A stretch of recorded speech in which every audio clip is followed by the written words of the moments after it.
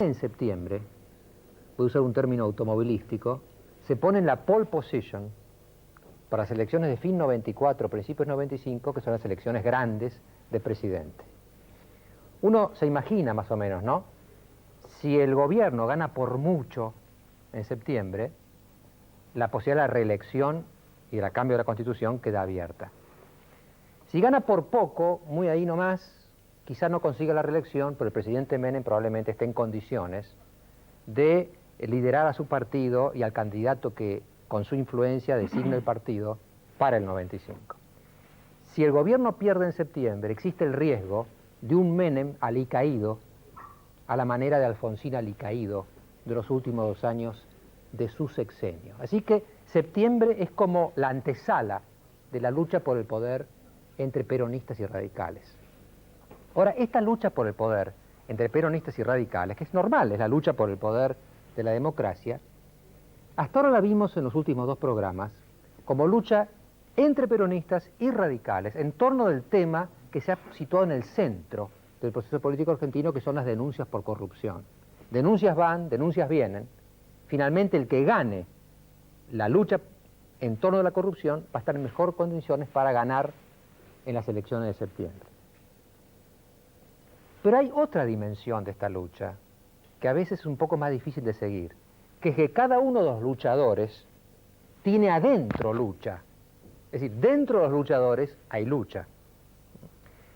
Y nuestra imagen hasta hace poco era que el peronismo tenía un frente monolítico, Carlos Menem, presidente, menemismo, peronismo, pero los radicales no, porque tenían de la Rúa, Ángelos, Alfonsín, sin definir su liderazgo.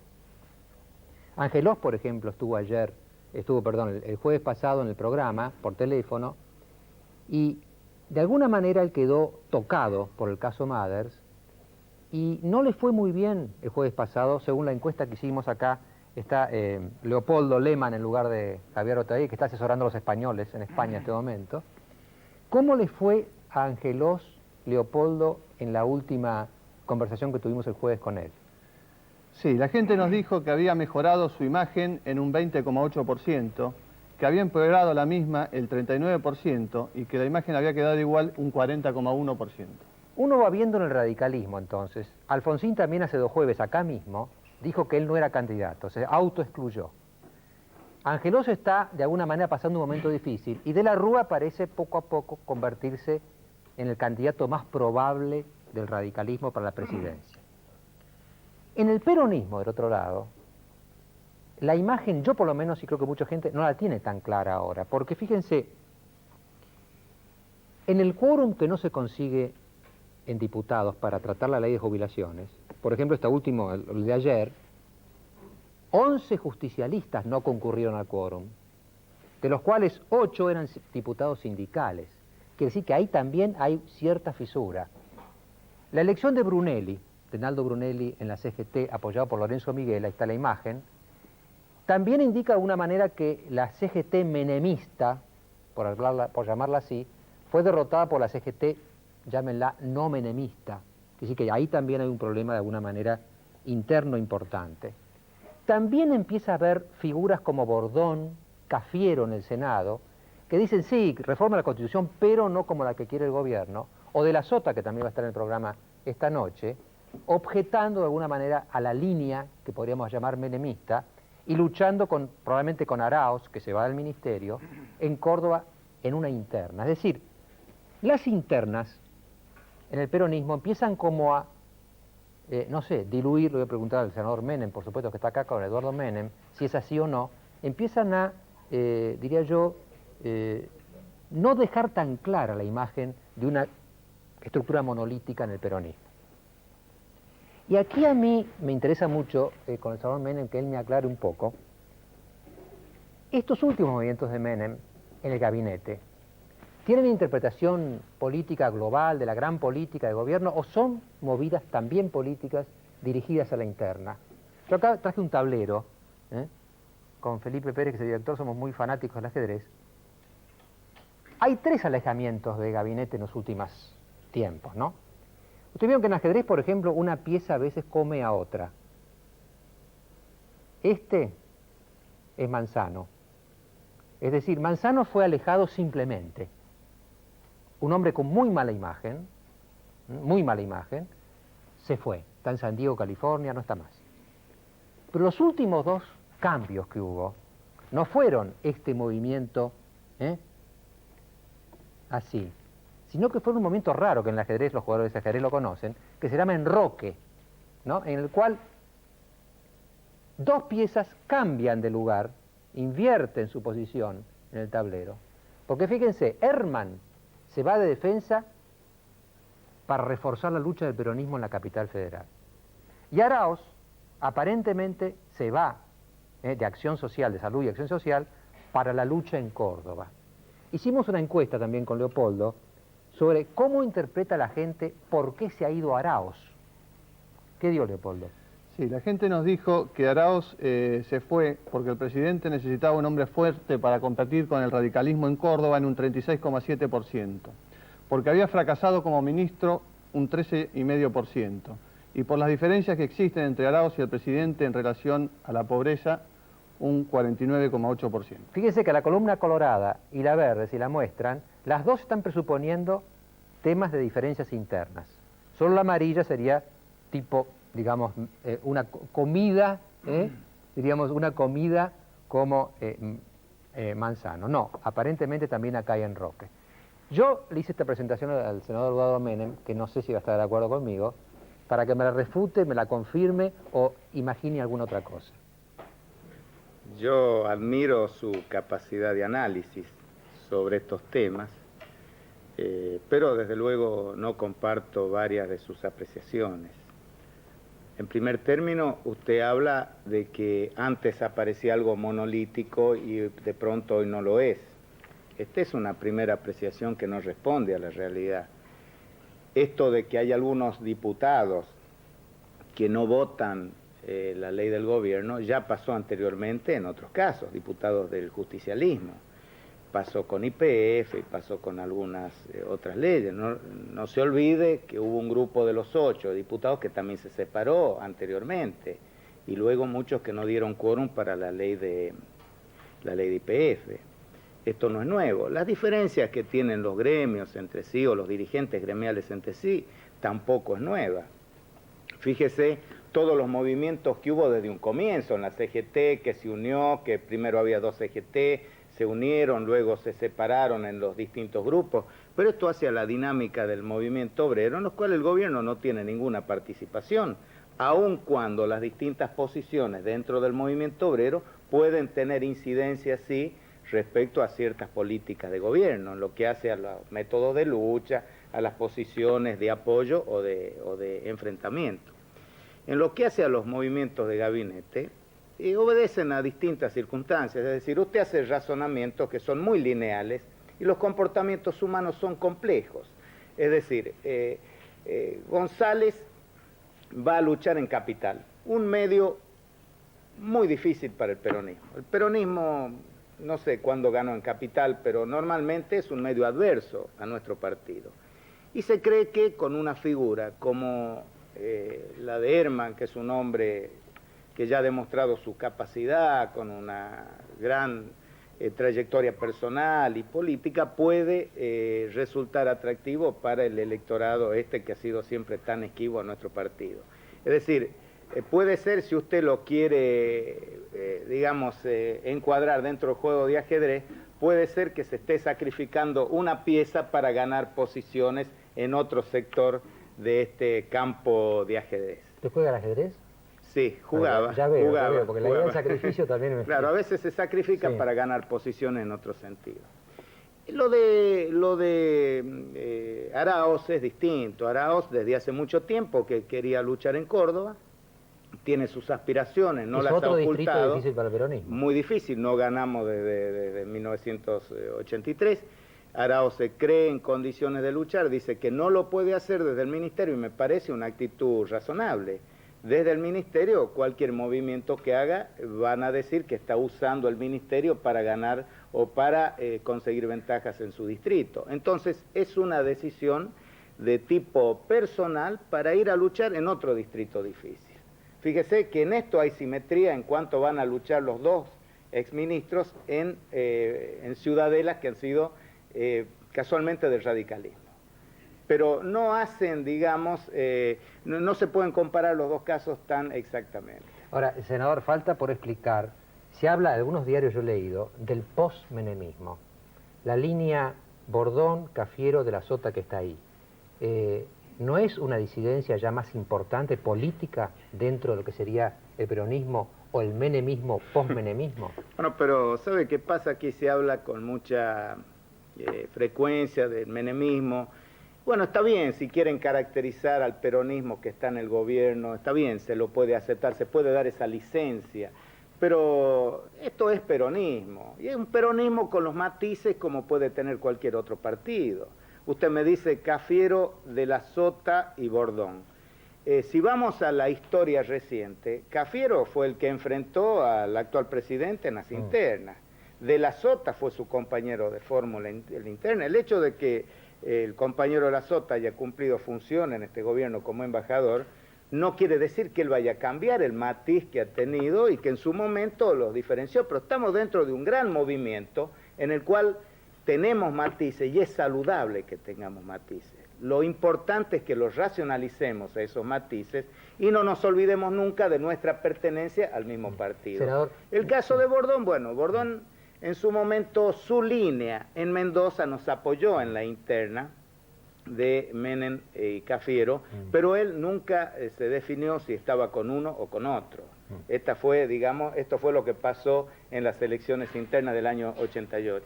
Para ir al Senado, ya directamente, Bordón y Cafiero, flamantes senadores, parecen, por lo que trasciende, que no están haciendo fácil el proyecto de reforma constitucional que gira en torno de cambios instrumentales, porque quieren ir a cambios o a un replanteo más amplio, y esto evidentemente aparece como una disidencia importante para los proyectos reeleccionistas del peronismo-menemismo. Ambos se han pronunciado a favor de la reforma y ambos se han pronunciado en favor de la reelección, porque a su vez ellos en sus provincias no les fue bien con las reformas, pero fueron reformistas y, digamos, apostaron a la reelección. Lo mismo que Ángel Oz apostó en Córdoba. Lo que pasa es que Ángel Oz pudo reformar su constitución, que no lo pudo hacer ni Bordón en Mendoza, ni Cafiero en la provincia de Buenos Aires. Hay algunas discrepancias en torno a si debemos o no ir a la parte dogmática de la Constitución. Nosotros desde el partido entendimos que son aspectos que no hace falta modificarlos porque ya están suficientemente desarrollados por la doctrina, por la jurisprudencia. ¿Qué vamos a ir a interpretar ahora? Lo que es la igualdad, la función social de la propiedad, lo que es la libertad ambulatoria o lo que son las garantías individuales. Además, con la adhesión de Argentina a los tratados de, por ejemplo, el de San José de Costa Rica, a Naciones Unidas, todos esos derechos humanos ya han sido incorporados a nuestro derecho positivo. No desconocemos, por otra parte, que mucha gente en nuestro país se aferra a los contenidos pétreos de la Constitución y tocar la primera parte, dicen que puede abrir un peligro para avanzar sobre las libertades, cosa que no está en nuestra intención y en la de nadie.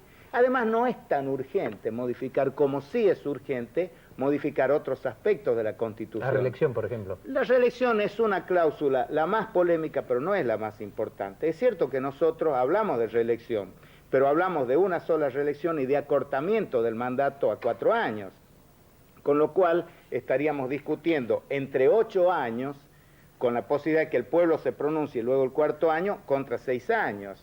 Es decir, que no es la gran diferencia, pero sí hay una mayor legitimidad en la representación, no solo porque además proponemos el voto directo, sino porque además proponemos que luego del 4º año el pueblo se pronuncie acerca de la continuación o no de ese presidente. Hemos visto que 6 años pueden ser demasiados cuando al presidente no le va bien.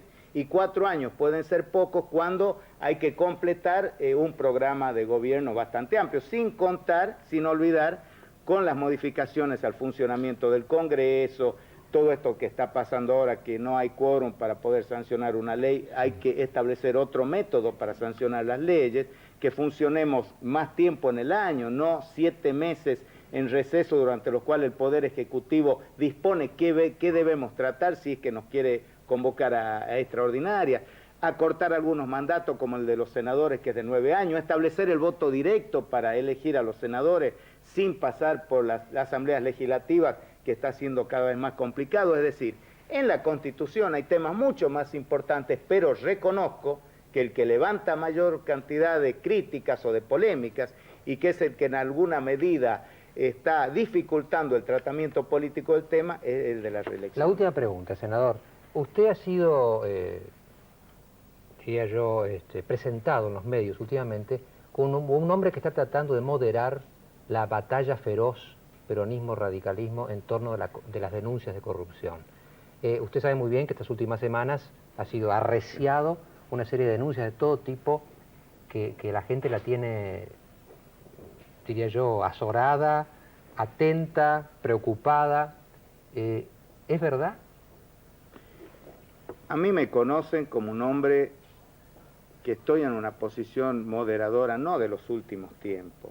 Yo desde 1983, de noviembre o diciembre que asumí la senaduría desde la oposición, he tratado siempre de mantener el diálogo entre las distintas fuerzas políticas que componen el espectro político nacional, porque creo que es la forma de afianzar la democracia. Lo hice desde la oposición y creo que los radicales saben que he mantenido siempre una muy buena relación con ellos, inclusive hemos tratado la reforma de la Constitución que proponían los radicales, yo era uno de los representantes del justicialismo, y lo seguí haciendo desde el primer día de gobierno. Yo intervine en la transición cuando un día Chacho Jarolaski me visita en mi despacho y me dice: Eduardo, este tema, el gobierno no va más, tenemos que entregarlo cuanto antes. Desde ese momento yo participé y tratamos de hacer las cosas lo mejor posible para asegurar la continuidad democrática. Y ahora desde el gobierno también estoy tratando de que las cosas se mantengan dentro de un ámbito razonable, un ámbito racional. Nosotros tenemos que tratar de racionalizar nuestras diferencias. Ahora existe el peligro también de que si amengúan las denuncias recíprocas, la gente diga, bueno, ahora arreglaron tapar. No. Una cosa es moderar el diálogo, otra cosa es no asumir las responsabilidades que nos compete como ciudadano y como representante del pueblo. Yo nunca le dije a nadie, vea, no haga la denuncia. Al contrario, yo digo, si tiene que hacer una denuncia, hágala con responsabilidad, fírmela y aporte las pruebas. Lo que no puede ser es esta campaña que se hace a través de la prensa, al voleo, donde todos son sospechados y donde al último es contraproducente si se quiere determinar a dónde hay corrupción, porque si todo se tapa o se cubre con el manto de la corrupción, es mucho más difícil encontrar los verdaderos casos de corrupción. Entonces yo digo, hagamos las denuncias con responsabilidad y no hagamos de esto verdaderas campañas de prensa donde al último termina en agravios y nunca se ayuda a descubrir la verdad, que es lo que queremos todos. Después de los auspicios, José Manuel de la Sota.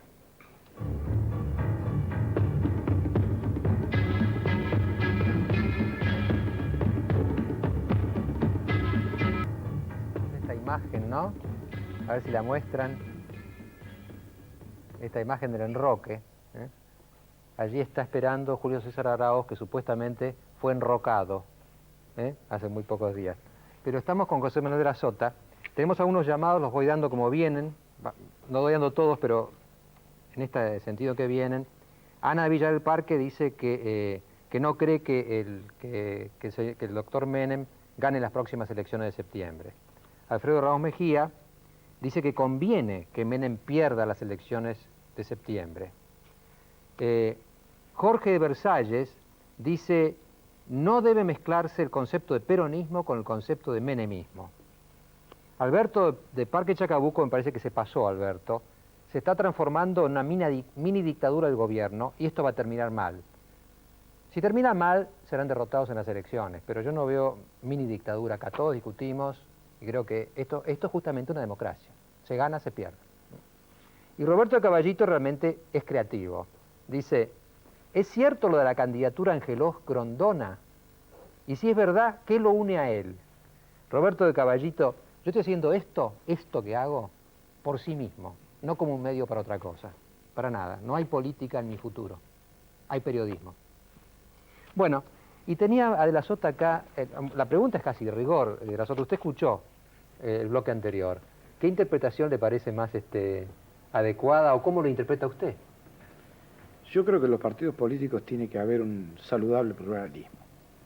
La democracia viene de la mano de la tolerancia, la democracia tiene que venir de la mano del diálogo y tiene que venir de la mano de la competencia.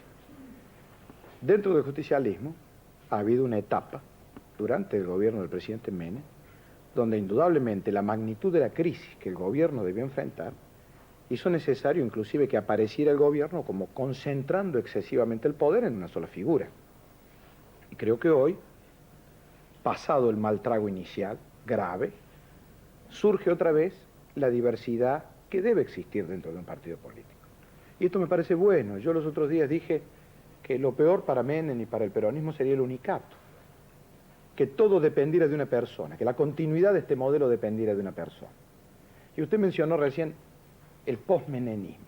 Existe el menenismo como filosofía política, como movimiento político. Creo que no existe. ¿No? Creo que no existe. Creo que el menenismo es un estilo de gobierno del presidente Menem en tiempos de grave crisis, que en lo positivo le ha permitido romper con el pasado inmediato. Nos ha permitido que Menem lograra transformar banderas que eran impopulares poco tiempo atrás en objetivos sociales compartidos por todos. El menemismo como estilo de gobierno ha permitido a través de la firmeza del presidente producir importantes cambios en el país. Pero todo esto no hubiera sido posible, a mi juicio, sin dos circunstancias más. La primera, la situación creada en la sociedad después de la hiperinflación. La hiperinflación nos cambió la cultura a los argentinos, a todos. Nos está haciendo cambiar la cultura a los políticos, a los empresarios, a los periodistas. Nos está acotando y poniendo límites dentro de la libertad.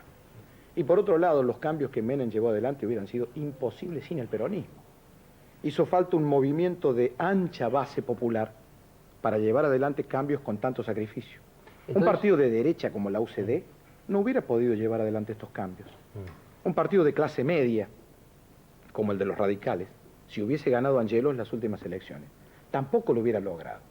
El peronismo lo logra porque reclama de los trabajadores y de los sectores más humildes un gran esfuerzo y lo hacen porque piensan que al final del camino está la posibilidad de una mayor equidad social.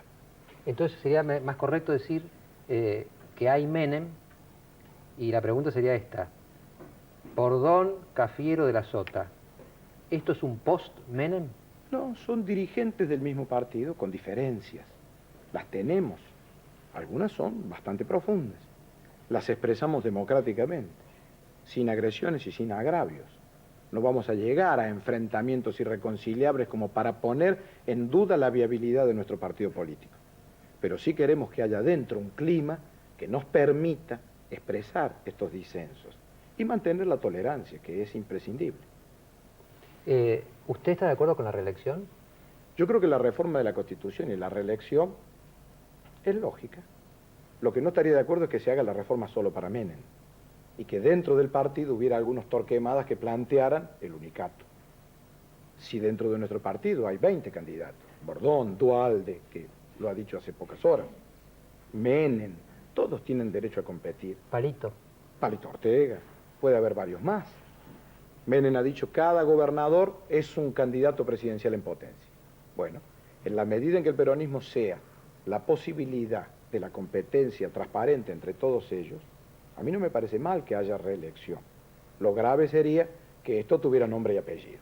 Entonces usted, nombre y apellido, para el 95, para el peronismo, ¿cuál sería el suyo? Yo creo que todavía falta mucho. Creo que Bordón ha sembrado una expectativa, creo que Menem la es, porque ha hecho cosas positivas. Yo con Menem tengo disensos que me parece buena parte de la sociedad también tiene. ¿Por ejemplo? La sociedad está pidiendo hoy una mayor autonomía en las decisiones de la Suprema Corte de Justicia y yo suscribo esa necesidad social. La sociedad nos pide que el peronismo como estructura política no tenga autoritarismo y yo suscribo esa misma necesidad.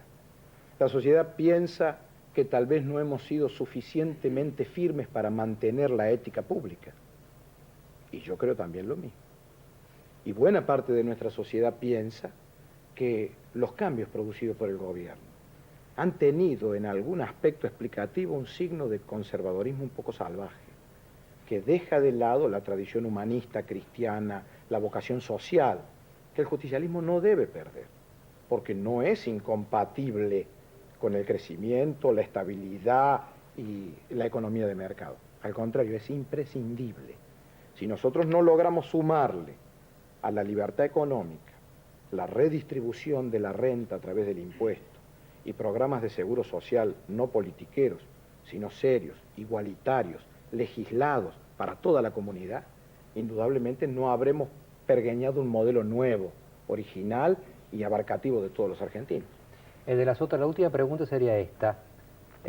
Hablábamos del enroque recientemente en el caso del ministro Arauz. Herman va a Capital, aparentemente Arauz va a Córdoba. ¿Arauz a qué va a Córdoba? ¿A competir con los radicales o a competir con usted? Yo creo que primero tendremos que resolver nuestros problemas internos del peronismo. Competir, votar. Yo estoy transitoriamente a cargo del partido para que no hubiera cefalía y ya convocamos elecciones internas nuevamente, a pesar de que podríamos ampararnos en un fallo judicial. Yo siempre he luchado por la democracia. Fíjese que una de las alegrías que tengo es que el ministro Vélez, cuando anuncia la reforma política, prácticamente toma todos los puntos que ya en Córdoba existen.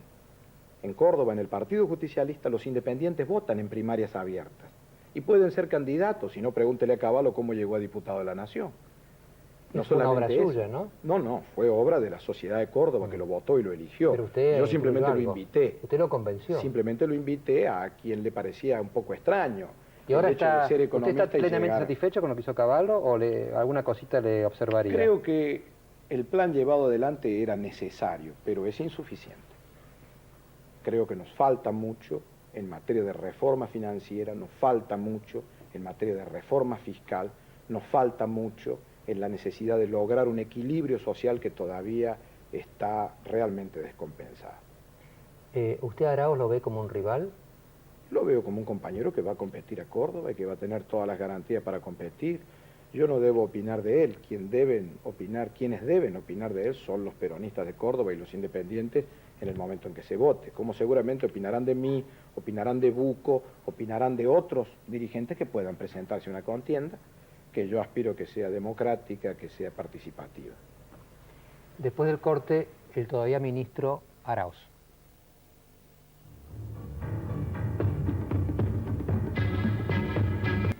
Una cantidad de llamados de todos los gustos. A ver, alguno le va a gustar a usted. Leonardo de Barracas, de la Sota está equivocado en sus apreciaciones. Es algo personal, ya que sabe que no está a la altura de Angelós. Alejandro de Pinamar, que no dejen que les pique la avispa de la Constitución. Silvia de Palermo, ¿por qué la negación de los radicales a tratar el tema de la reelección? Que nos dejen decidir a nosotros. Si Menem hizo un mal gobierno, no lo votaremos. Eduardo de Bahía Blanca, me da la impresión de que los que gobiernan lo hacen para su propio beneficio. Luis de Pacheco, ¿por qué no le preguntan a Jaroslavsky si es correcta la historia que contó el senador Menem sobre la entrega anticipada del gobierno? María del Pilar de Bernal, no hay que tenerle miedo a la reelección. Si la gente no le gusta a Menem, no lo votará. María Esther de Ballester, los radicales con el gobierno que han hecho, ¿tienen derecho a criticar? Y José de la Plata, entre otras, ¿no? Sobre la reforma constitucional, los radicales al estar en contra reconocen que le tienen miedo a Menem. Hay de todos los gustos. Recién veían ustedes en el noticiero de 9 Diario pasajes del discurso del ministro, que tiene como dos bonetes ahora usted ya, ¿no? Usted es ministro y es político que va a pelear, ¿no? No, soy político, estoy en la última etapa de mi función y no quería terminar esta etapa sin lanzar una profunda transformación en la salud. Me la pasé diciendo 1 año y medio como ministro que la salud estaba quebrada, que teníamos que cambiar. Y bueno, estuvimos intentando producir ese cambio y hoy lo puedo anunciar, gracias a Dios, y decirle a la población que vamos a tener una mejor salud dentro de poco tiempo. Una cuestión formal, ¿no? Pero que es importante en nuestro sistema. A veces parece que el gobierno, cuando no le sale la cosa por la ley, la hace por decreto. Pero si algo tiene que salir por ley, no puede salir por decreto, ¿o estoy equivocado? Sí, así es. Por eso hoy hemos reglamentado una ley del Congreso de la Nación para no obligarlo al presidente a hacer decretos leyes y para que en el Parlamento no se discuta la totalidad de las cosas, porque como últimamente vivimos a las escondidas, mandar una ley de salud tan importante como la que necesitamos y que algunos bajen, otros no bajen, y no se dé la discusión que es lo que estamos esperando, vivimos siempre jugando a las escondidas. Por lo tanto, hoy lo hemos hecho nada más que reglamentando la ley que votó el Congreso en su oportunidad, sobre obras sociales y seguro de salud. Y dígame, ¿y si no sale esta ley de la jubilación privada, que también es un tema social muy importante, ¿le parece que el presidente Menem debería hacerlo por decreto? Bueno, debemos seguir insistiendo. Creo de que comenzamos una etapa, una semana más, de tratar de hablar con la oposición y de buscar la forma que se pueda discutir. Se puede ganar y se puede perder, pero sentados en el Parlamento. Tenemos que acostumbrarnos a esto porque si no el Parlamento se va a cerrar. Se va a cerrar, digamos, el corazón de la gente porque no se discute. Y creo que hay que discutir. Es decir, usted lo que le parece mal es no dar quórum. Exactamente. Yo creo que hay que dar quórum, creo que es una clave muy importante, una herramienta muy importante el no dar quórum en algunas posibilidades. Yo he sido diputado de la Nación, pero creo fundamentalmente que no se puede insistir en la misma herramienta porque todos estamos esperando que se discuta. ¿Podemos ganar? Claro, no dar quórum tendría que ser un remedio de última instancia. Le voy a releer una encuesta que hicimos cuando usted estaba entrando al canal y para que la oiga y la comenta. Le preguntamos a la gente, ¿cómo interpreta usted la renuncia de Julio Araoz al Ministerio de Salud? Y hubo 3 respuestas dominantes. Leopoldo. Sí, la gente nos dijo que la renuncia era porque el presidente necesitaba un hombre fuerte para competir con el radicalismo en Córdoba, un 36,7%, porque había fracasado como ministro, un 13,5%, y por las diferencias entre Araoz y el presidente, porque Araoz denunció la pobreza en la Argentina, un 49,8%. ¿Cuál elige? Bueno, diría de que la única que no elegiría sería la diferencia entre Menem y Araoz. Realmente yo no tengo diferencias con el presidente. En los últimos tiempo, desde su mandato, he sido secretario de Energía de la Nación, interventor federal de Tucumán, ministro de Salud, y voy cumpliendo a medida que el presidente me va encomendando distintas menciones o distintas situaciones. En el tema de la pobreza yo creo que se malinterpretó lo que decía el presidente, porque desde el primer momento que soy ministro de la Nación, cuando tenía que ordenar quizás el desorden de ese ministerio, no solo en las compras, sino en las situaciones difíciles que se vivía. ¿Se acuerda el tema de la leche, el tema del hipódromo, el tema del PAMI? Situaciones muy difíciles de organizar en el Ministerio de Salud. Le dije al presidente que iba a lanzar una política social secreta primero y luego un plan social. La política social secreta era fundamentalmente abrir los cajones, sacar todo, tirar todo, que significaba tratar de redescubrir los 35 millones de argentinos. Era una política también donde la sociedad había dejado vastos sectores sociales escondidos. Entonces teníamos los indios en el norte, vino el cólera y nos dijo, uy, 600.000 indios, pero ya los teníamos tirados en el norte cerca de la frontera y si eran bolivianos mejor. Y los niños de la calle, bueno, los escondíamos en cárceles porque los sacábamos de la calle para que no sonrojara a los turistas que pasaban. O en el Monte de Oca, que eran realmente, descansaban seres humanos, eran depósitos de seres humanos para terminar con el tema de los neuropsiquiátricos. Y en el tema de la pobreza, una concepción que a veces tenían hasta nuestros propios intendentes. Queremos eliminar el problema de los pobres, queremos un terreno lejos de la ciudad donde los podamos sacar a los pobres. Bueno, hubo esta exportación de pobres de Chaco a Santa Fe, ¿no? Todo esto forma parte de una concepción, exportar la pobreza, en vez de solucionar el problema de los pobres, en decir quiero agua potable para ellos, quiero trabajo, quiero que crezca la economía para solucionar el problema de la pobreza. Y el tema de los jubilados, que hacemos tanto esfuerzo, también debe dejar de ser una lágrima a través de los televisores cuando vemos que un grupo de jubilados que democráticamente gritan, y creo que eso es saludable, y los esfuerzos que hace nuestro gobierno, pero también hagamos algo.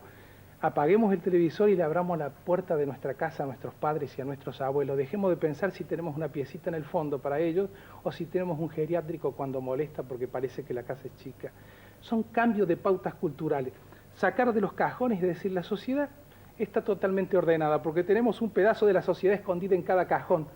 Tenemos que tirar los anaqueles abajo y comprender que los 35 millones de personas tenemos que salvarnos en este país, que no hay un plan económico para 20, tiene que haber un plan económico para 35.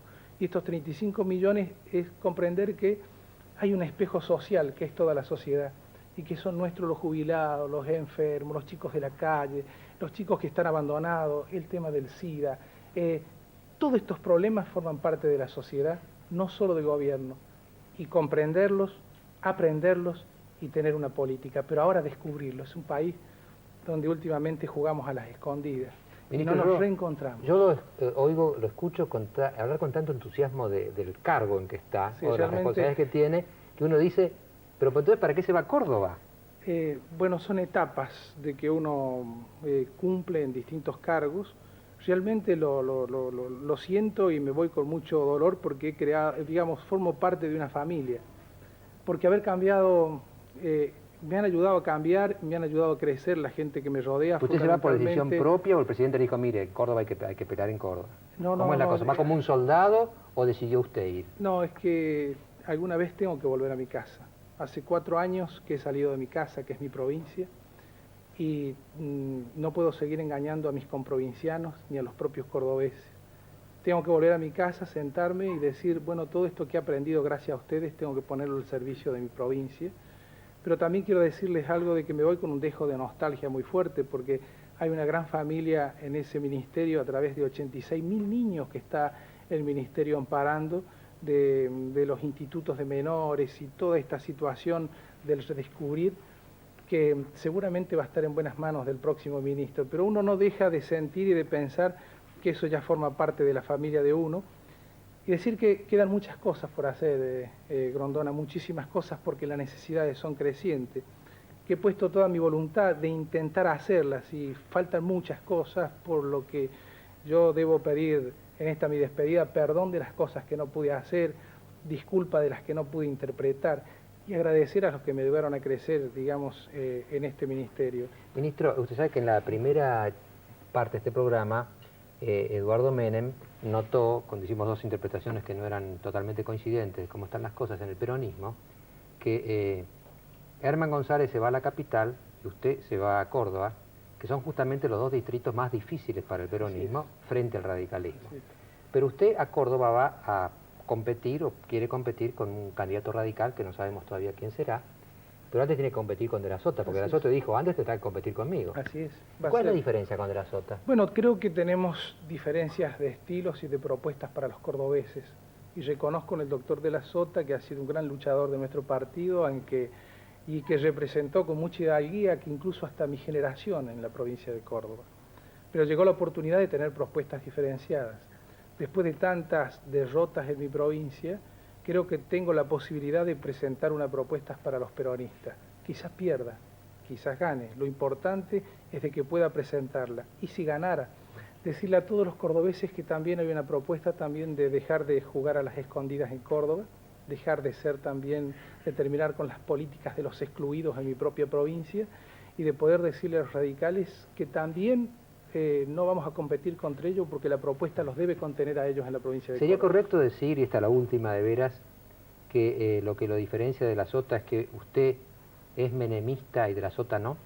No, digamos que los dos somos peronistas. El menemismo es una, yo disiento lo que dice De la Sota, es una alianza social que tiene a partir del presidente Menem. Los menemistas son los que no aceptan la liturgia del peronismo. Y nosotros somos peronistas. Menem es peronista, De la Sota es peronista, yo soy peronista. Los menonistas no aceptan esa liturgia ni la historia del peronismo, pero aceptan la conducción del presidente en una alianza social para la transformación del país. Por eso creo que hay peronismo y hay menemismo. Por ejemplo, la ex UCD o la gente de la UCD que está en el gobierno son menemistas. Son menemistas, absolutamente. No aceptan nuestra historia ni aceptan nuestra liturgia peronista, pero sí aceptan la conducción del presidente en la transformación. Por eso hay peronismo y hay menemismo. Yo soy peronista, por respeto. Bueno, creo que estos 3 primeros bloques del programa han tenido mucho contenido político. Quizá usted esté analizando, yo también. En 50 segundos cotejamos a ver si sacamos la misma conclusión.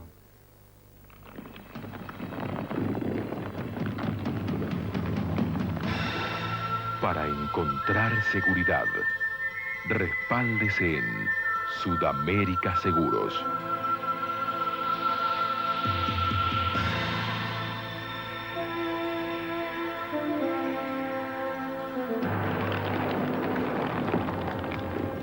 fuerte como una roca.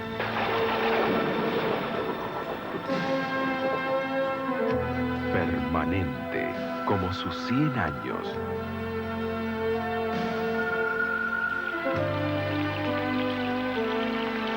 Grande como su futuro. Sudamérica Seguros, líder desde siempre. En definitiva, el poder lo tenemos nosotros. Me parece a mí que en general hay una cierta interpretación de la vida política que enfatiza el poder de los que tienen el poder. Y en Argentina autoritaria de tantas décadas ha sido así. Entonces, los latines que hay en el sistema se van olvidando. Por ejemplo, minister quiere decir servidor. ¿Servidor de quién? Democracia, esto ya es un griego, no un latín, quiere decir poder de la gente. Entonces yo le proponía el otro día en un reportaje a alguien, ¿por qué no empezamos a hablar del poder de la gente en lugar de democracia? Porque uno dice democracia y está hablando en griego en realidad, ¿no? Si habláramos en criollo, sería poder de la gente. Y lo que estamos viendo hoy, vimos al vicepresidente de hecho de la Nación, el doctor Eduardo Menem, vimos a uno de los miembros del llamado post-menemismo, Bordón, Cafiero, de la Sota, vimos a Arauz, vimos los diversos matices en que se va abriendo el peronismo. Estos matices existen, como en el radicalismo, porque en definitiva los que vamos a decidir somos nosotros. Ojalá haya primarias abiertas en las próximas elecciones y podamos votar 2 veces, en las internas y en las externas. Pero finalmente todos vienen al pie. Lo que pasa es que en la Argentina hay toda una liturgia, como decía Arauz, una liturgia que es monárquica. La Argentina fue virreinato un tiempo y muchas veces gobiernos militares. Entonces la idea de que el presidente manda, los ministros mandan, son altos duques, marqueses, condes del sistema. Y nosotros somos los súbditos, los que estamos abajo. Sin embargo, siempre se habla de primer mandatario. Y la gente interpreta inconscientemente, por tantos años de historia y tradición, primer mandón. No, mandatario es el que recibe un encargo del mandante. El que tiene el poder es el mandante. Y los mandantes somos nosotros.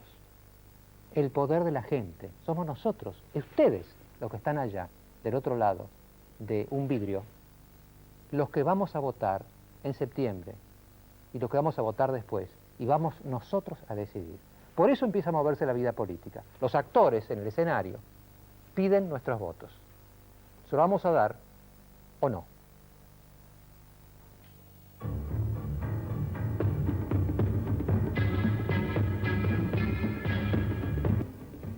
Bueno, hay muchas cartas, muchos llamados, perdón, muy enojados. Alguno todavía sobre el tema reelección anterior, pero muchos ya sobre la intervención reciente del ministro Arauz. Fabián de Quilmes dice, por ejemplo, estoy de acuerdo con la reelección, pero me parece que sería éticamente correcto que recién fuera vigente después del próximo mandato. Raúl de la Rioja dice, este gobierno impone y exige sacrificios a través de decretazos. José de la Boca, el peronismo va a perder. Por favor, que el presidente Menem no se vaya enojando. Alicia de Caballito, lo que dice el doctor Arauz no es exacto. Hay una gran pobreza en el país, hay miseria y falta de salud. Margarita de Flores, sería sano para la democracia la no reelección de Menem, perdón. Rubén de Villa de Lina, siento vergüenza al oír a nuestros gobernantes, siendo, y sobre todo en el caso de Arauz, porque siendo yo de Córdoba, es de Villa de Lina que llama, sin embargo es de Córdoba, conozco lo que allí pasó y lo que él hizo allí. Juan Carlos de Saavedra está muy enojado, basta de farsas, dice, no se ha modificado nada las cosas, sigue habiendo miseria y pobreza y cada vez más en la Argentina. Mañana es 2 de abril. Son 11 años desde que se invadieron las Malvinas. Y aunque a mí me duela, no quiero olvidar. No quiero desmalvinizarme. Y es casi difícil olvidarse, porque ahora empiezan a aparecer por todos lados versiones muy graves, no ya de uno, sino de muchos fusilamientos de soldados argentinos. Y lo que más me duele es que los que más están investigando esto son los ingleses, ¿no? Scotland Yard, precisamente. Hablamos hace unas horas, y grabamos la conversación con Ken Lukowiak, que es el autor de un libro que se llama Canción de un Soldado, que fue miembro del Regimiento de Paracaidistas 3, Regimiento 3 de Paracaidistas británico, y que denunciaba en ese libro algunos fusilamientos. Le hicimos esa pregunta a Lukowiak, que explicara qué es lo que él vio. Contestó, son 40 segundos en inglés, que vamos a transmitir de inmediato, vamos a traducir de inmediato. Oh, it's very, very difficult to talk about these circumstances so many years later. You're talking about a circumstance where you have a battle that is going on. At the time of this killing, we were still very much under heavy fire. The battle was still being fought. It was very much a case of being able to keep moving forward. What I saw is we came across an Argentine position that had already been cleared by another company. We presumed that everyone that was lying there was dead.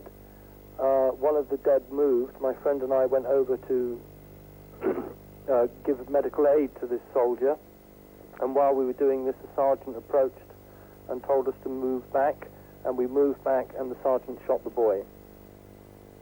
He was still alive? He was still alive, yes. But, it would be wrong of me to say that he would have lived or we could have saved him. I don't believe we could have.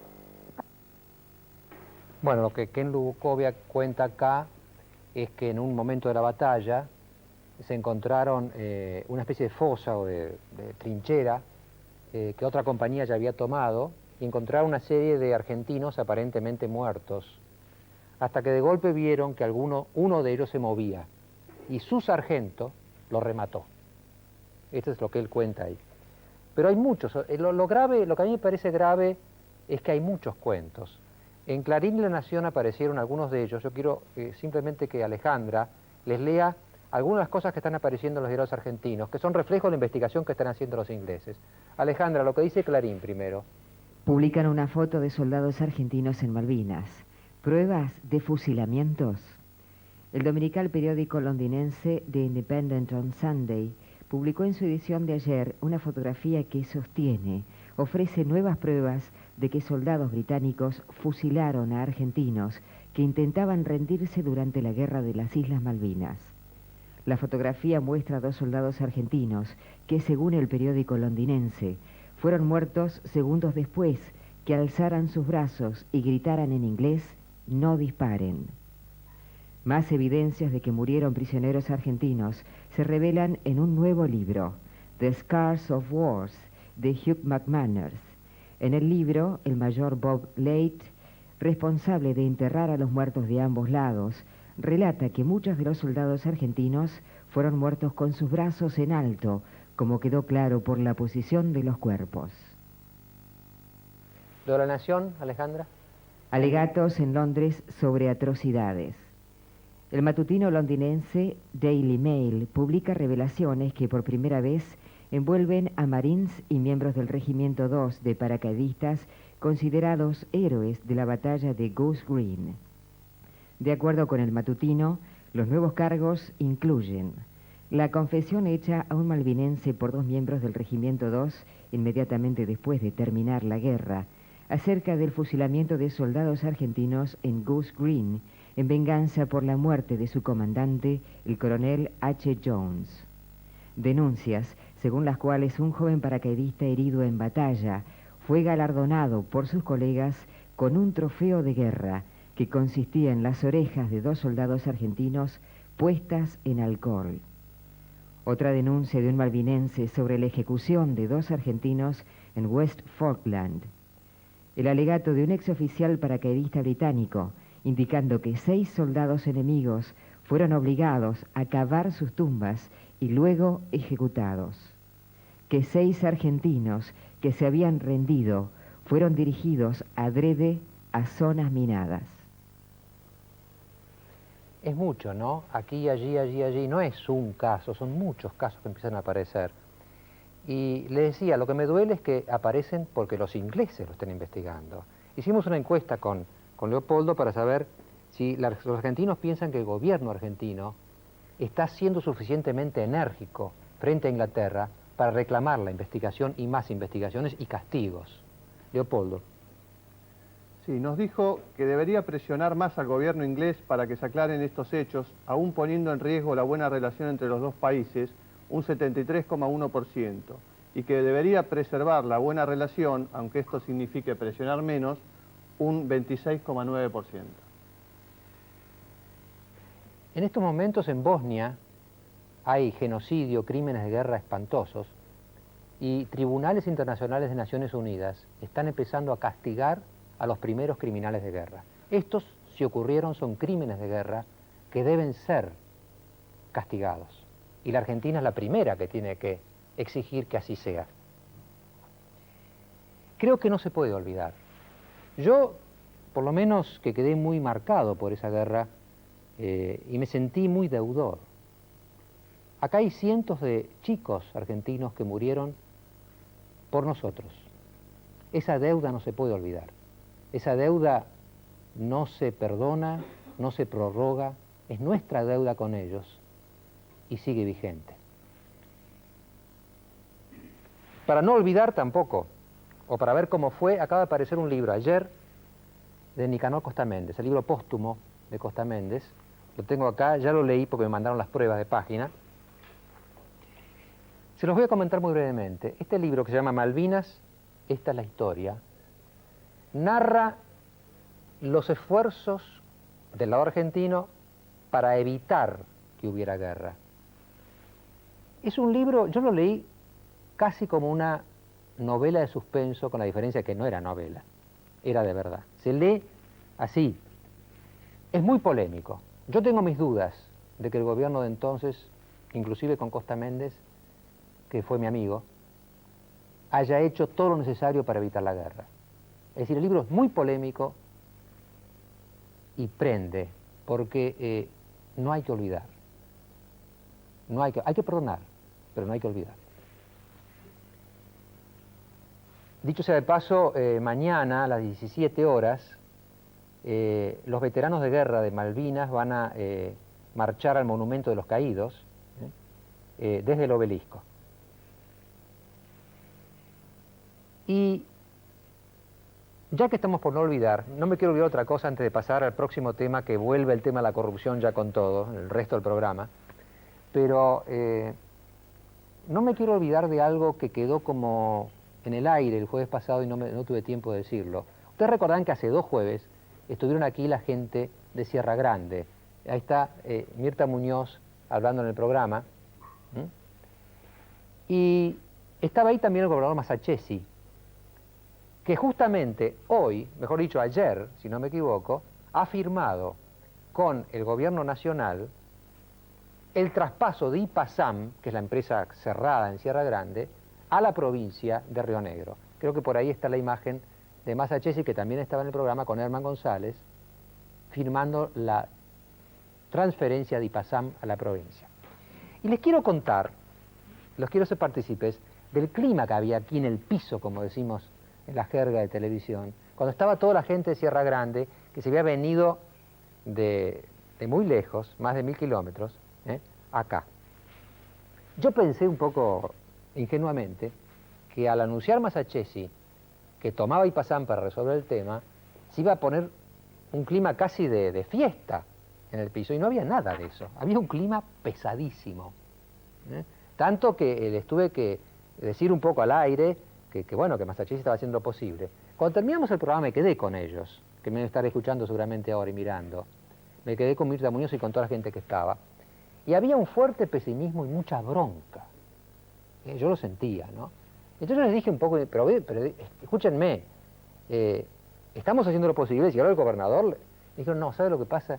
Que nos han hecho tantas promesas, nos han mentido tanto, que tenemos el temor de que esto sea una maniobra más de los engaños que sufre el pueblo de Sierra Grande. De manera que yo quería, en este tema de no olvidar, hacerles una promesa a la gente de Sierra Grande. Al fin y al cabo, Malvinas y Sierra Grande son dos puntos de la Patagonia que olvidamos el resto. Yo no me voy a olvidar de esto. De manera que si Massachetti no les cumple, díganmelo y lo traemos de nuevo acá.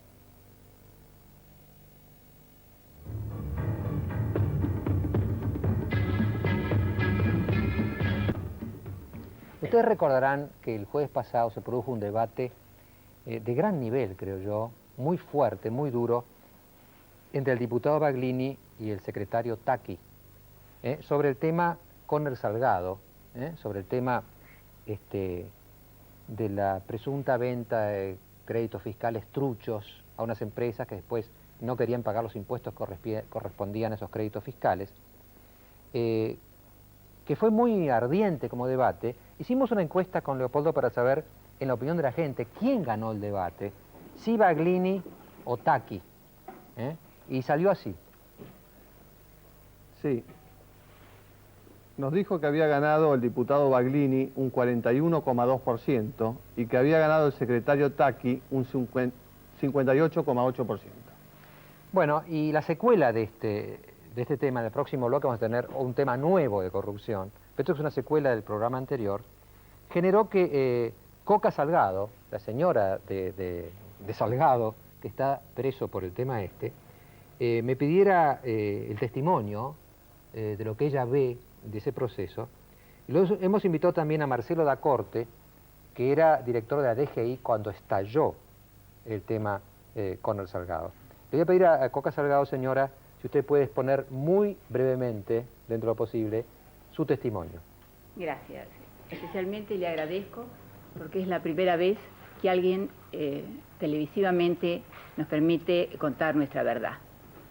En primer lugar, yo soy María Alegretti de Salgado, licenciada en Economía, contadora pública y exfuncionaria del Ministerio de Economía. Mi marido, Héctor Salgado, se encuentra detenido en Caseros por una denuncia formulada por el exdirector de Impositiva, aquí presente, el señor Marcelo Da Corte, atribuyéndole la creación de créditos falsos cedidos a terceras empresas. Como debo abreviar, quiero decirle, doctor Grondona, que hasta este momento la Dirección General Impositiva ni el juzgado han probado que dichos créditos son falsos. Al contrario, quiero decirle que esta denuncia fue hecha sin tener la Dirección General Impositiva las constancias y las pruebas definitivas de la falsedad de estos créditos. Y usted me preguntará cómo es posible entonces que hayan podido ejecutar a los cesionarios, o sea, aquellos contribuyentes que recibieron nuestros créditos. Luego de efectuada la denuncia, una denuncia hecha al margen de lo que marcaba la ley 11683, que exige que para cualquier denuncia de la dirección primero tiene que haber un trámite administrativo donde se pruebe que ese contribuyente ha cometido la defraudación, la Dirección General Impositiva en el año 1989 se dicta una resolución por la cual se atribuye la facultad de inferir o presumir la falsedad de los créditos. Y es en virtud de esta resolución que la dirección pasa a ejecutar a los cesionarios. Por supuesto, el doctor Grondona, que tanto los cesionarios como nosotros apelamos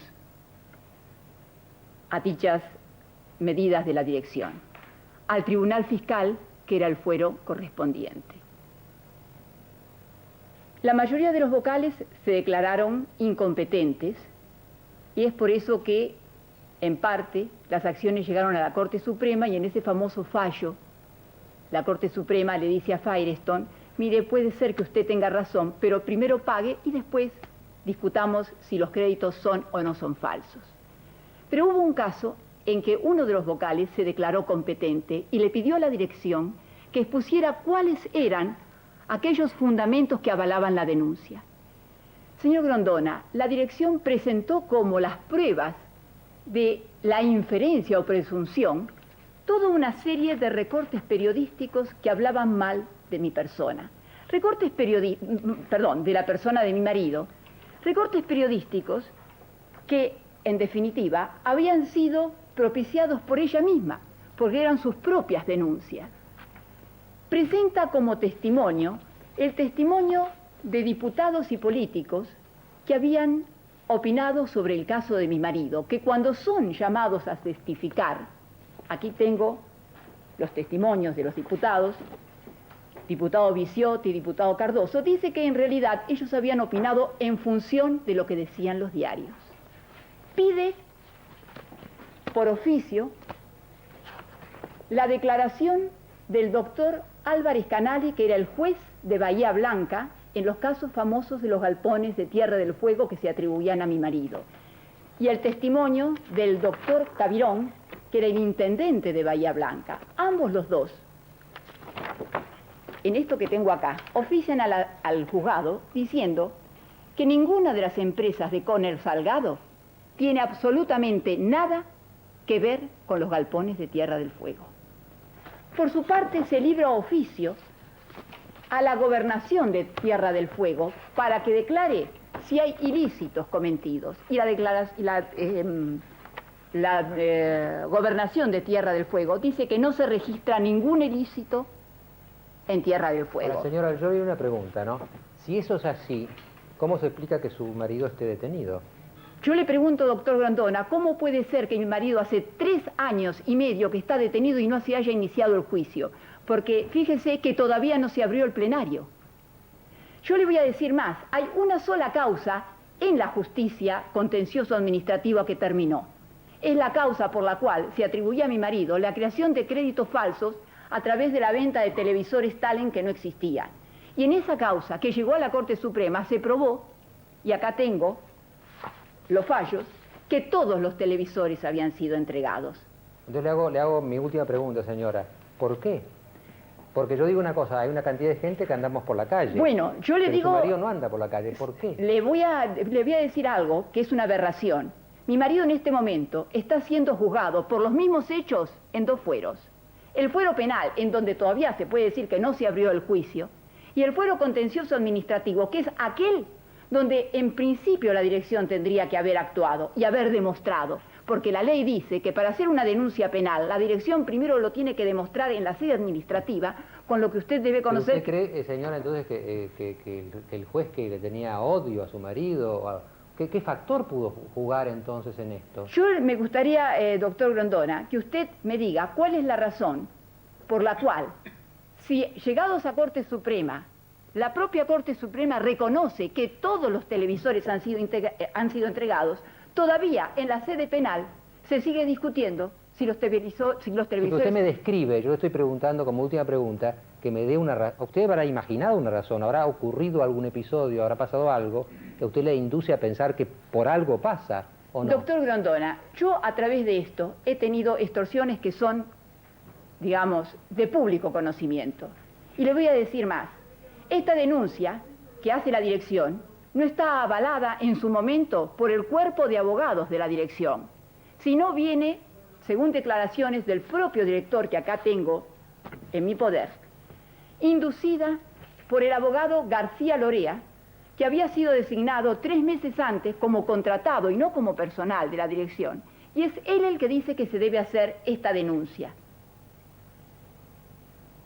Este señor es el que el día que a mí me demuestran la fortaleza de la persona que me está extorsionando, está sentada en la mesa del extorsionador, y de las constancias que existen en las investigaciones que se realizan en la justicia, surge que es el que invita a la mayoría de las personas presentes relacionadas con la causa. Yo no le puedo entrar por la brevedad de la crueldad de este tipo de extorsión, de la crueldad que puede significar a una mujer que tiene a su marido siendo operado con 3 bypass, se le diga que va a ser quitado del sanatorio y llevado a un hospital carcelario. De las crueldades que pueden llegar a tener que sufrirse cuando uno se resiste a este tipo de extorsión. Y le puedo asegurar, doctor Grondona, que usted no se puede imaginar qué es el desencanto que uno puede tener cuando ha golpeado tantas puertas pidiendo esta justicia y pidiendo la posibilidad de decirle a la gente que al día de hoy mi marido no tiene probado ningún ilícito en ninguna sede. Ustedes habrán visto, habrán escuchado seguramente varias cosas. Han escuchado el debate Tacchi-Bagrini sobre si se hizo bien o mal de la manera que se cobró los impuestos a las empresas que habían comprado los créditos a Héctor Salgado. Han oído ahora a la señora de Salgado, y Marcelo Lacorte, que era director de DGI, tiene la palabra. Sí, qué difícil que fue ese momento, Grondona, realmente. En mayo de 1988 llega a mi conocimiento un informe de la Dirección General Impositiva, en la cual se me estaba anoticiando de que nuestros inspectores habían detectado un conjunto de maniobras que implicaban creación falsa, creación artificial de créditos fiscales. Es decir, para que entendamos bien, que alguien había imaginado un negocio que merecía un crédito fiscal, pero que el negocio... Claro, para que entendamos bien, la denuncia que hace la Dirección General Impositiva en el mes de agosto de 1988 y que yo firmo como director de la Dirección General Impositiva, tiene esta dimensión y tiene un grado de detalle que explica, por ejemplo, que había empresas pertenecientes al grupo, instaladas en Tierra del Fuego, que decían vender madera de lenga tomada, aserrada en Tierra del Fuego, a empresas pertenecientes al mismo grupo que estaban radicadas en el territorio argentino. A los efectos impositivos, las ventas de Tierra del Fuego al territorio continental se consideraban exportaciones y por consiguiente el crédito fiscal que se generaba era crédito que podía ser pedido en devolución a la DGI o podía ser transferido. Había una sencilla diferencia. Si se pedía la devolución a la Dirección General Impositiva, esa devolución requería una verificación previa sobre la exactitud y corrección y legitimidad del crédito. Si no se pedía y en lugar de ello se transfería, el procedimiento de transferencia obviaba en forma inmediata la verificación previa. Este fue el modus operandi. Para que usted tenga una idea, operaciones de madera de lenga. De acuerdo a las constancias que nosotros obtuvimos de la Gobernación de Tierra del Fuego y el Instituto Forestal Nacional, la producción total entre el año 83 y 85 de madera de lenga en Tierra del Fuego fue 20 millones de pies cuadrados. Lo que estas empresas del Grupo Conner Salgado facturaron, dijeron que habían vendido, fue 1.000 millones de pies cuadrados. Para que usted tenga una idea, esa madera de lenga no salió nunca a través de la aduana de Tierra del Fuego. No hay ninguna constancia en los registros de la aduana de Tierra del Fuego, ni de Ushuaia, ni de Río Grande, que indique el tránsito de esa madera. Y adicionalmente, de acuerdo a lo que decía la empresa, toda esa madera era transportada por una empresa de transporte que se llamaba El Sapo y que tenía solamente un camión, estaba radicada en la provincia de Córdoba y no tenía habilitación para transitar por las provincias del sur. Es decir, que usted como director de DGI recibe un expediente y tiene que tomar una decisión. Mire, yo recibí un expediente en el que se me informaba globalmente de la situación. A partir de ese expediente, yo pedí que se cuantificara el perjuicio fiscal que esta situación podría crear. 2 semanas después, me llega un informe en donde dice que el potencial perjuicio era de 60 millones de dólares. Desde ese momento, yo tomé, porque era mi responsabilidad como director general de Impositiva, tomé a mi cargo la conducción, en parte de la DGI, de las acciones que fueran a demostrar fehacientemente si se había cometido delito o no se había cometido delito y si correspondía o no correspondía el recupero por parte de la DGI del dinero que no había ingresado al fisco a través de esta situación de las transferencias. La otra pregunta sería esta. ¿Cómo es posible, como dice el señor Salgado, que 3 años y medio después no se haya aprobado ante la justicia, de manera de producir un fallo, una condena, el tema? Mire, las empresas del Grupo Conner Salgado eran más de 70. Las operaciones de compraventa simuladas que dieron origen a todas esas transferencias sumaban cientos. Estas operaciones estaban hechas en distintos lugares de la DGI, en distintas dependencias de la DGI. Durante mi gestión, que comenzó con este tema alrededor de mayo del 88 y concluyó cuando renuncié a la DGI al retirarse el doctor Zurruil del gobierno en abril del 89, nosotros tuvimos que librar pedidos de informes, oficios y notas a la Gobernación de Tierra del Fuego, al IFON, a la Secretaría de Industria, a la Secretaría de Minería, consiguiendo juntar una copiosa información. Con esa información, nosotros iniciamos los procesos de rechazo de las transferencias una por una. Con mi firma, Mariano, cada uno de estos actos que usted tiene aquí son actos fundados, en los cuales nosotros probamos, desde el punto de vista de la Administración Tributaria y desde el punto de vista de la DGI, Nosotros probamos claramente que esas operaciones no existieron en la realidad. Probamos la lenga, probamos la bentonita. En el caso de la bentonita había una empresa que vendía bentonita, que es un barro que sirve para lubricar los trépanos en la industria petrolera. Cuando la Secretaría de Minería nos da el informe, nos indica que en el lugar en donde supuestamente salía la bentonita, no se producía bentonita. Hay otro caso de una maquinaria que fue inflada en su valor cientos de veces para generar saldos a favor de IVA que luego se transferían. Empresas sin contabilidad ni personal realizaban operaciones multimillonarias. Una pregunta, Dacorte. Pero, después vino con el debate Tacchi y Baglini, no sé si usted lo vio. Lo vi, estuve atento. ¿Qué conclusión sacó usted? ¿Quién tiene razón en ese debate? Bueno, yo creo que los dos tienen razón. Es decir, lo que no se dijo en el debate y lo que no queda claro para la opinión pública es que la Dirección General Impositiva durante mi gestión inició una de las acciones más complejas y difíciles, que fue probar una estafa de carácter multimillonario por 300 millones de dólares, que significó un hecho novedoso y un hecho del que no teníamos experiencia. O sea, no había una rutina que permitiera detectar este tipo de ilícitos. Había una rutina en la DGI para detectar cuando un contribuyente no pagaba sus impuestos. Se lo verificaba y a través de la verificación se determinaba la evasión. Pero no había una rutina preparada para encontrarse frente a esta situación producida en serie, en la cantidad y magnitud en que se hizo. Entonces, la dirección hizo un trabajo extraordinario, ¿no es cierto?, que implicó lograr aportar al juzgado una cantidad importantísima de prueba. Hay más de 40 cuerpos de 200 fojas cada uno en el juzgado que están siendo analizados por la justicia. Y Mariano, usted es abogado, usted sabe.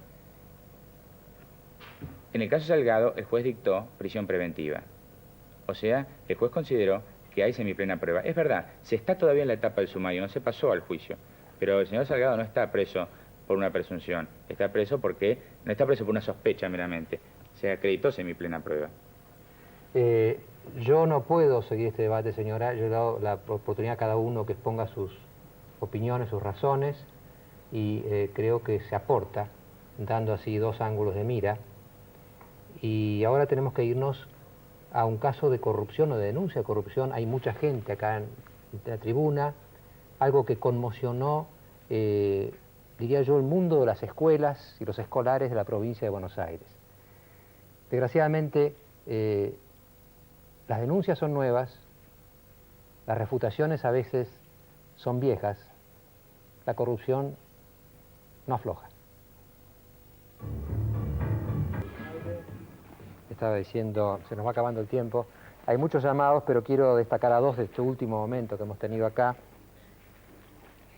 Juan Carlos de Palermo dice: en este país ningún proceso debe durar así como duró este más de 3 años. Los códigos tendrían que ser respetados. Estoy de acuerdo. No puede ser que no se sepa por años si alguien es culpable o no.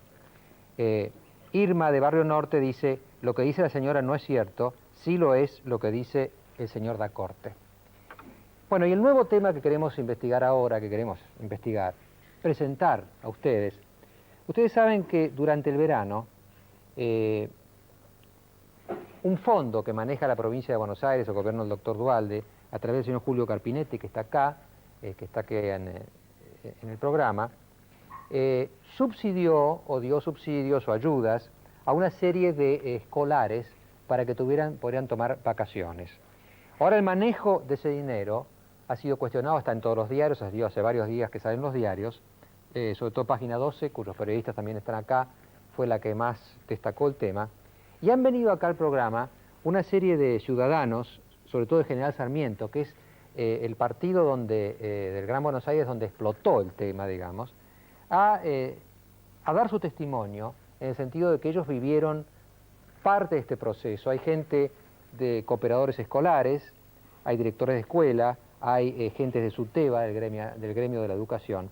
Yo le pediría a un cooperador escolar que esté aquí, que se identifique y cuente lo que pasó, lo que él vio. Señor, su nombre. José Evi. Soy el presidente de la Federación de Cooperadores de General Sarmiento. A la vez soy presidente de la federación porque soy presidente de una cooperadora de una escuela precisamente en el barrio San Luis, la número 78. No sé, ¿usted quiere que le haga un Cuéntenme ustedes por qué están acá, bueno, porque nosotros quieren pertenecemos a un distrito cuya comunidad educativa está muy golpeada. Entonces, ¿qué ha ocurrido? Los cooperadores, que muchas veces se nos desconoce, o se nos conoce en forma como que somos los que arreglamos las canillas, pintamos las escuelas, y se nos ha a lo mejor olvidado en el rol participativo que tenemos como padres de los chicos, porque acá lo que se afecta en la comunidad educativa es justamente a nuestros hijos, que son los que van al ámbito... ¿Y en qué los afectó a sus hijos, bueno, señor? Entonces, nuestra comunidad está muy golpeada porque General Sarmiento es un distrito con muchas carencias. Hay escuelas inclusive en estado de pauperización. Entonces, ¿qué ocurre? Cuando el gobernador Duhalde, allá por el mes de octubre, llegó a nuestro distrito, citó a todas las cooperadoras del distrito en un salón donde aproximadamente 500 cooperadores recibimos un subsidio de $2.000 para paliar la problemática educativa en nuestro distrito.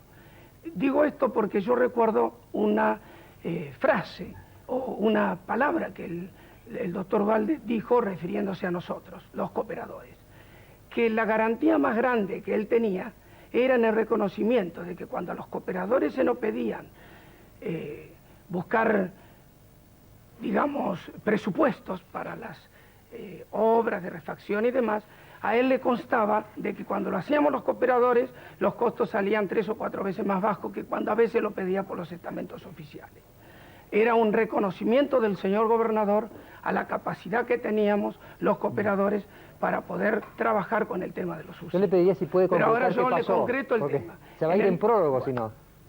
Lo que ocurrió es que en el mes de noviembre, a los finales, más o menos en la fecha, no recuerdo bien, día 24 de noviembre, el Consejo Escolar de nuestro distrito cita a los cooperadores de lo que se llamaron 30 escuelas de alto riesgo que nosotros tenemos, para informarnos de que había subsidios para enviar a nuestros hijos en viajes precisamente a la ciudad de Mar del Plata.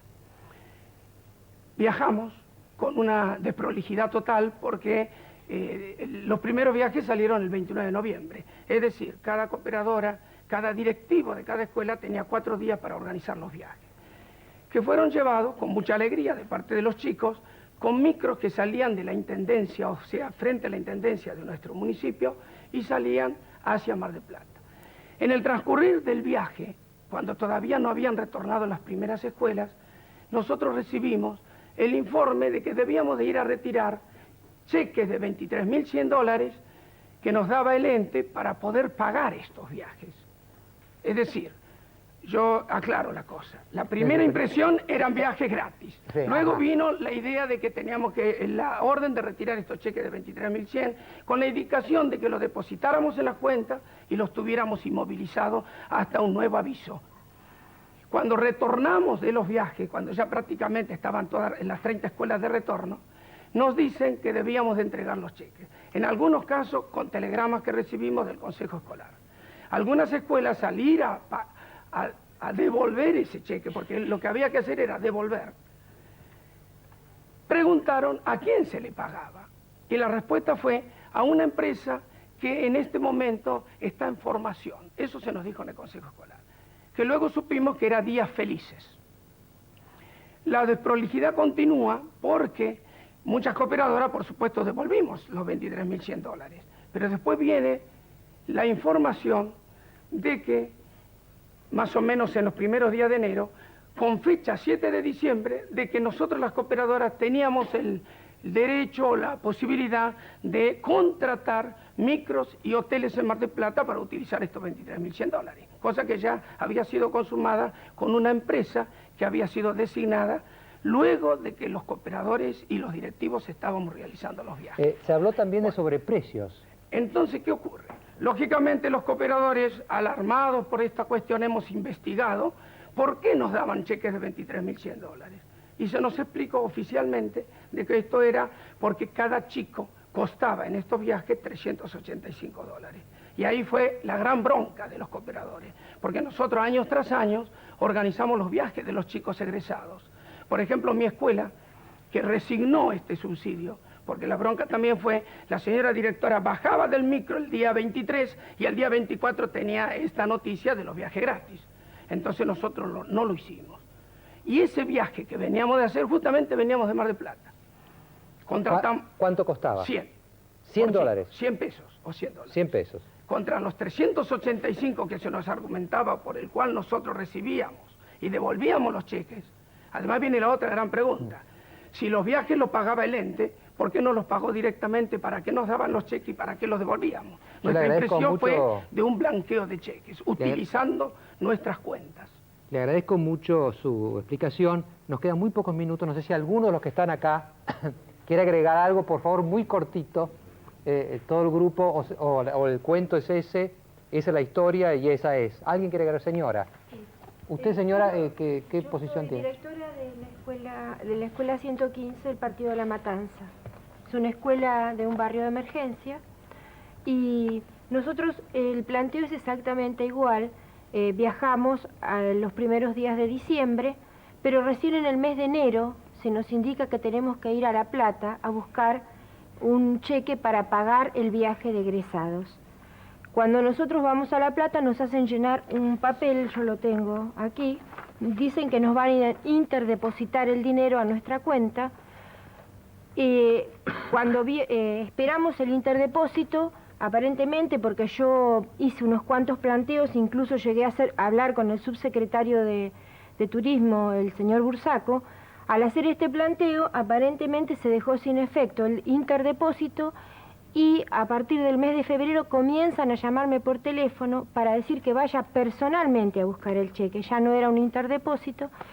Cheque que voy a buscar después de tanta insistencia el martes de la semana pasada, ya en el mes, finalizando el mes de marzo, y que curiosamente y contrariamente a lo que se dice que ahora los viajes salen 288 pesos, a mí se me sigue interdepositando en el mes de marzo, se me da el cheque en el mes de marzo por 385 pesos. Tengo el cheque de 15.400 pesos para el viaje de 37 alumnos. Tengo tiempo para un testimonio más.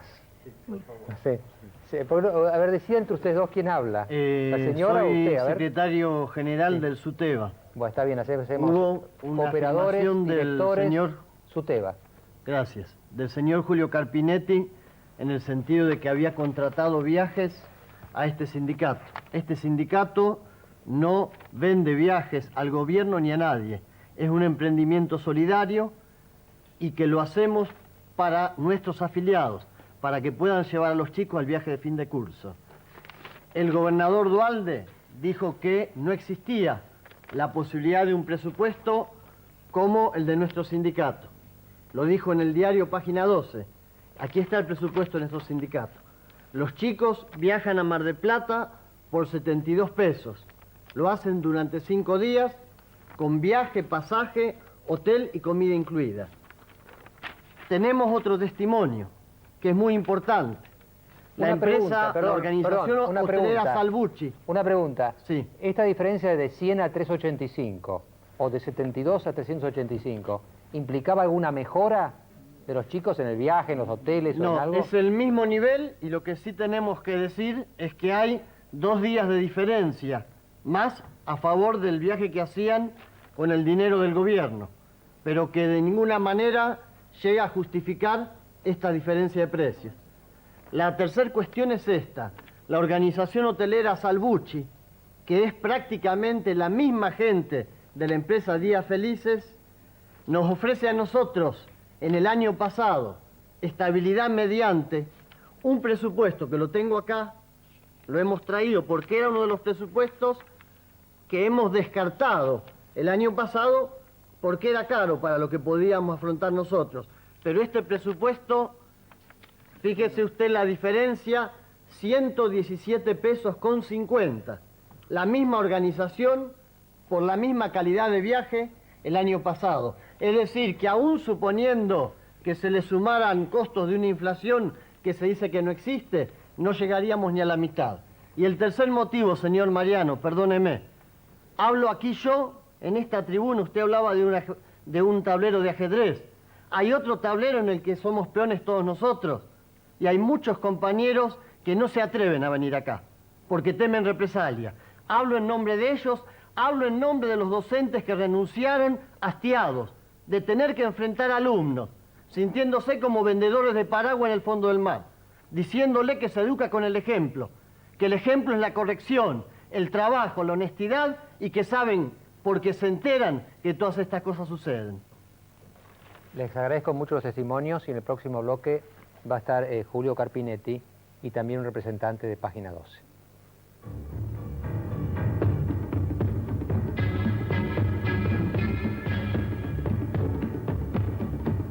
A veces es un poco difícil decidir quién habla primero y quién habla después en el programa. Por ejemplo, les quiero comentar algo. En el bloque que tuvimos con la señora Salgado y Marcelo Dacorte, era difícil para mí, porque quizá tendría que haber hecho hablar primero a Dacorte, que acusaba, y después la señora Salgado que se defendía. Pero en realidad, la señora Salgado impugnaba a la DGI, y la DGI se defendía. ¿Sí? Es difícil a veces. En este caso más claro, ¿no es cierto? Hay una serie de vecinos, directivos, autoridades escolares y demás de General Sarmiento que denuncian un hecho irregular. Está Página 12, que fue la que, armó toda la noticia periodística, y está Julio Carpinetti, que es el presidente del Plan Justicia Social del gobierno del doctor Duhalde, que es el que en este caso tiene que explicar. Así que el orden es así. Hablaron los vecinos, va a hablar Ernesto Tenenbaum y Susana Bió de Página 12, y va a tener su defensa y su explicación el señor Carpinetti. Bueno, nosotros venimos denunciando desde el día domingo una serie de aspectos muy irregulares que percibimos en la organización de viajes para miles de chicos carenciados, contratados los viajes por el gobierno de la provincia de Buenos Aires por 7 días a Mar del Plata. El aspecto más irregular, muy irregular, son los abultadísimos sobreprecios que el gobierno pagó por estos viajes. El gobierno pagó, como se acaba de explicar, $385 por chico, y nosotros, precio absurdo, porque hay presupuestos alternativos que oscilan entre 100 y $200, y mucho más absurdo si se toma en cuenta este recorte, no sé si lo toma la Cámara, que dice que por 10 días en bus a Camboriú, con todo pago menos la comida, $286, 100 menos lo que pagó el gobierno bonaerense, y 10 días en bus al sur de Brasil, a Cataratas, 384. Nosotros tenemos información de gente muy cercana a Carpinetti y de gente de la empresa que viajaron 20.000 chicos, y entonces con una breve multiplicación se obtiene que el sobreprecio pagado fue de entre 3.700.000 y 5.700.000 que se esfumaron. El gobernador Eduardo Duhalde nos corrigió el martes pasado y nos dijo que habían viajado 8.500 chicos por $2.400.000, es decir, que se ha pagado por chicos, según las cifras oficiales, un promedio de casi $300, cuando ir a Camboriú por 10 días en bus y precio minorista por una persona, no por 20.000 o por 8.500, 286 salía. Según la cifra del doctor Duhalde, entonces, con la misma multiplicación y los mismos presupuestos alternativos, da un sobreprecio que oscila entre 850.000 y 1.700.000. Esto habiéndose contratado una empresa inscrita 2 días después del comienzo de los viajes, una empresa que nunca había realizado estos viajes anteriormente, según nos admitieron a nosotros, y una empresa que además nunca figuró y no figura en el Ente Nacional de Turismo, ENATUR. Lo que hay que explicar concretamente no es la política social del gobernador Duhalde, que debe tener aspectos muy positivos o aspectos negativos, ni por qué los organismos de control bonaerenses se retiraron del fondo del conurbano. Hay que explicar concretamente por qué se gastó de más en estos viajes que deben seguir haciéndose, que son muy positivos. Eso es concretamente lo que hay que explicar. Susana. Sí, la otra cosa que hay que señalar, porque las respuestas que se nos dieron hicieron hincapié en el tema de las magnitudes. Y este no es un problema de magnitudes, de que si son 8.500 o 20.000 chicos, si son 3 millones, 5 millones o 1,5 millones. Aquí hay una contratación hecha con una empresa que no cumplía al momento de iniciarse los viajes con la mínima normativa vigente. Lo que nosotros cuestionamos es el criterio con el que fueron cumplidos estos proyectos. Pensamos que no se puede ser un poco transparente, un poco honesto, uno no está un poco vivo, un poco muerto, uno es honesto, es transparente, está vivo o está muerto. Nosotros creemos que aquí se facturó en exceso precisamente cuando todas las características de la operación que se montó, daba para que incluso fueran menores los presupuestos del gobierno de provincia que los que consigue un organismo sindical o la cooperativa de una escuela. Señor Carpinetti, su explicación. Bueno, yo ante todo quiero aclarar, Mariano, que a pesar de que todos los ataques han sido, no casualidad, dirigidos contra el organismo que yo presido, que fue quien lo único que hizo fue hacer financiar esto. O sea, nosotros no organizamos los viajes, no contratamos los viajes, sino que transferimos el dinero a solicitud de la Secretaría de Turismo y Dirección General de Escuelas. Pero somos el objeto del ataque por una cuestión política, naturalmente. Esto que quede claro, no organizamos, no contratamos, no tuvimos ninguna relación con la empresa, no la conocemos. Transferimos el dinero, pero de todas maneras lo transferimos, porque esto comenzó con una serie de pedidos al gobernador Duhalde de cooperadoras de escuelas que empezaron a pedir viajes de fin de curso. Por ejemplo, la cooperadora de escuela 31 de Quilmes, que pagó por su cuenta, lo organizó 360 pesos cada uno. Por ejemplo, la cooperadora de la escuela 65 de San Martín, que pagó 280 pesos cada uno. Y bueno, y así sucesivamente, le puedo nombrar la escuela 8, le puedo nombrar todas estas que tengo acá. Por ejemplo, le puedo nombrar la escuela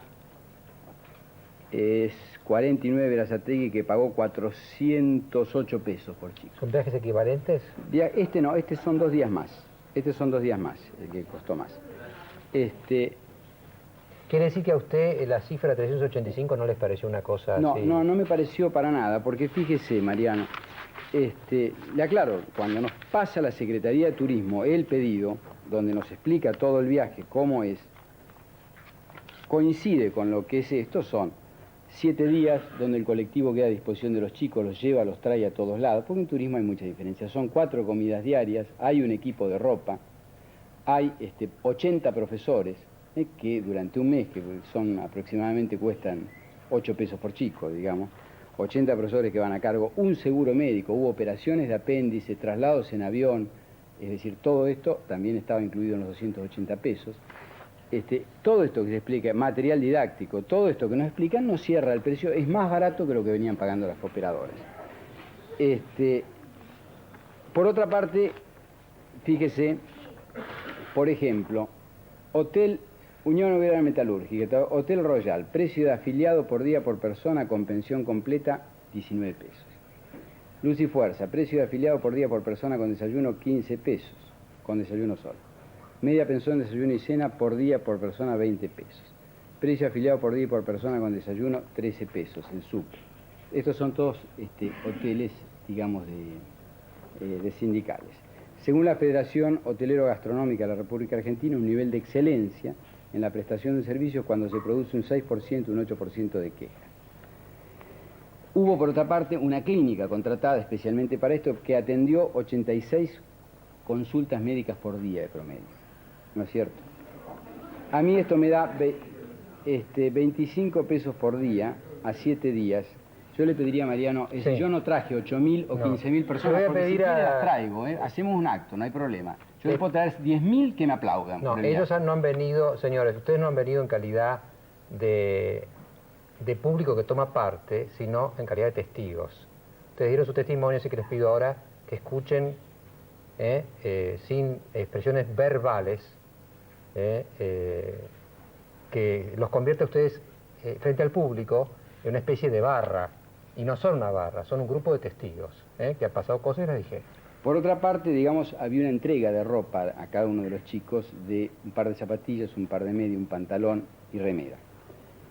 Yo lo que lamento de todo esto, Mariano, es que nosotros, que queremos hacer una bandera de la transparencia, le pedimos a todos los medios periodísticos, inclusive a Página 12, acá está el recibo, no, está en esta hoja, acá está, Página 12 lo recibo, acá tengo la nota que le mandé a la Nata también, una nota que a usted mismo le mandé, en donde finaliza el párrafo: por esta razón, como sé de su responsabilidad y seriedad periodística, que me atrevo a pedirle que no duden en investigar nuestras obras. Los técnicos en este equipo están a su disposición para facilitarle todos y cada uno de los datos. El control de la prensa es tan importante como otros, esto es un hecho que confirmamos todos los días. Nosotros hemos, perdón, no me interrumpas. Nosotros nos hemos ofrecido toda la contabilidad. Este informe fue hecho a la Cámara de Diputados el 18 de enero. Donde estaba toda la documentación, donde estaba la oferta, que cada 3 chicos que pagaban iba uno gratis, o sea que esos 3,85 se reducían. Estaba toda la explicación hecha desde el 8 de enero. Que de los 6 minutos le queda uno.